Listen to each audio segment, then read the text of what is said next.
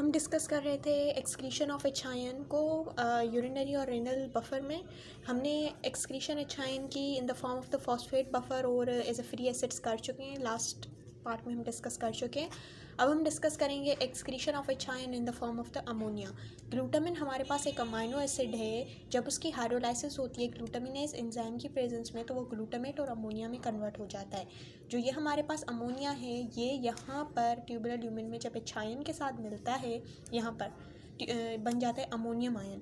Ammonium ion के पास capability नहीं होती कि वो रेनल ट्यूबुलर सेल में अगेन डिफ्यूज़ आउट हो सके या फिर ब्लड में जा सके। तो अमोनियम आयन की फॉर्म में जो है ये मेजर यूरिन का एसिड होता है जिसकी फॉर्म में एचायन जो है हमारे पास रिलीज़ होते हैं फ्रॉम द बॉडी। एसिडोसिस अगर हमारे पास दो कंडीशन होती है, एक होती है एसिडोसिस, एक होती है अल्केलोसिस।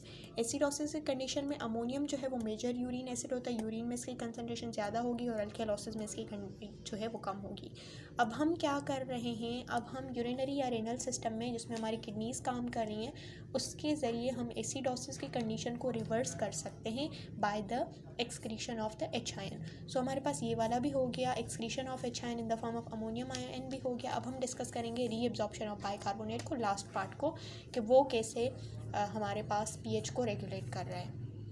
अब आप ये देख सकते हो कि ये हमारे पास बाइकार्बोनेट है जो हमारे पास जो है वो प्रेजेंट है, राइट। सो जो हमारे पास बाइकार्बोनेट है, बाइकार्बोनेट जो हमारे पास है वो एचायन के साथ यहाँ पर ये जो सोडियम जो हम पहले डिस्कस कर चुके हैं कि सोडियम यहाँ से काउंटर ट्रांसपोर्ट हो रहा था, ये वही प्रोसेस है, राइट। हाइड्रोजन आयन इसके साथ मिलेगा, कार्बोनिक एसिड की प्रोडक्शन करेगा। कार्बोनिक एसिड की जो प्रोडक्शन होगी वो कार्बोनिक एसिड ब्रेक डाउन होगा कार्बन डाइऑक्साइड और वाटर में, और ये यहाँ से डिफ्यूज़ आउट हो जाएंगे। आप ये सोच रहे होंगे कार्बोनिक एसिड डायरेक्ट इंटर क्यों नहीं हो रहा। कार्बोनिक एसिड के पास कैपेबिलिटी नहीं होती कि वो डायरेक्ट ट्यूबुलर सेल को क्रॉस कर सके, तो इसलिए इसने क्या किया, पहले कार्बन डाइऑक्साइड और वाटर में टूट गया, फिर अंदर गया कार्बन डाइऑक्साइड और वाटर, फिर वहाँ पर दोबारा कार्बोनिक एसिड बना दिया, फिर कार्बोनिक एसिड टूटा एचायन और बाइकार्बोनेट आयन में। एचायन तो यहाँ से एक्सक्रीट आउट हो गया, जब हो जाएगा, बाकी जो बाइकार्बोनेट होगा वो रीएब्सॉर्ब हो जाएगा। सो आपको एक ये क्वेश्चन पता होगी कि अगर हमारे पास बाइकार्बोनेट ज़्यादा से ज़्यादा रीएब्सॉर्ब होगा तो आपकी पीएच जो है, अगर आपके पास बाइकार्बोनेट ज़्यादा से ज़्यादा रीएब्सॉर्ब होगा तो हमारे पास क्या होगा, हमारे पास पीएच जो है वो क्या होगी, बढ़ेगी, यानी एसिडोसिस की कंडीशन जो है वो रिवर्स हो सकती है। सो ये भी एक मैकेनिज्म है रीएब्जॉर्प्शन ऑफ बाइकार्बोनेट का एसिडोसिस की कंडीशन को रिवर्स करने के लिए। एक और पॉइंट है जो ये आपने नोट डाउन करनी है, फिर इसके बाद हमारा ये जो यूरिनरी सिस्टम वाला यानी बफर मैकेनिज्म है वो सारे के सारे कंप्लीट हो जाएंगे। सो हमारे पास क्या होता है कि हमारे पास एसिडोसिस की कंडीशन में ज़्यादा से ज़्यादा एचायन अवेलेबल होते हैं यहाँ पर सोडियम के साथ एक्सचेंज होने के लिए।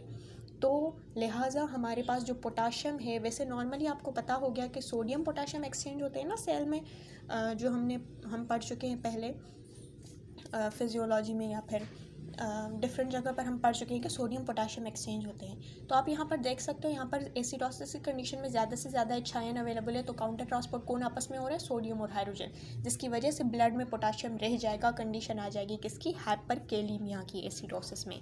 अल्केलोसिस में क्या होगा, एचायन तो अवेलेबल है ही नहीं, तो यहाँ पर कौन एक्सचेंज होगा सोडियम के साथ, सोडियम जब ऐसे रीअब्जॉर्ब हो रहा है तो पोटाशियम, तो पोटाशियम ज़्यादा से ज़्यादा हमारा यूरिन में रिलीज़ होगा ब्लड से निकलकर, जिसकी वजह से हमारे पास कंडीशन आ जाती है हाइपोकैलीमिया की।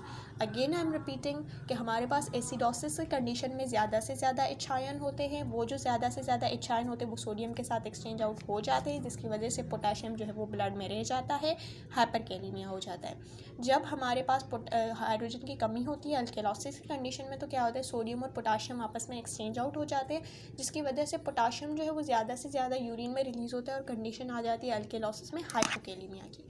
सो ये था हमारे पास सारा का सारा, हमने डिस्कस कर लिया फर्स्ट लाइन ऑफ डिफेंस जिसमें हमारे पास आ गया ब्लड बफर। उसके बाद हमने डिस्कस किया किसको, हमने डिस्कस कर लिया ब्लड बफर को, जो हमारे पास फर्स्ट लाइन ऑफ डिफेंस में काम करता है। ब्लड बफर हमारा किस में काम करता है, फर्स्ट लाइन ऑफ डिफेंस में, राइट। और उसके बाद हमने रेस्पिरेटरी बफर को डिस्कस कर लिया, जो हमारे पास रेस्पिरेटरी बफर है वो सेकेंड लाइन ऑफ डिफेंस में काम कर रहा है, और जो हमारे पास शॉर्ट टर्म भी है पर रैपिड भी है।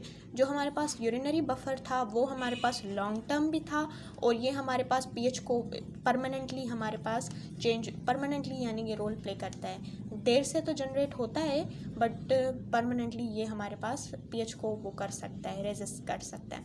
सो हमारे पास ये मैकेनिज़म्स होते हैं जब हमारे पास थोड़ी सा मतलब कोई इतना एसिड वो नहीं होगा हार्श, तो ये काम कर जाएगा, फिर वरना ये नीचे वाला रेस्पिरेटरी, फिर वरना यूरिनरी।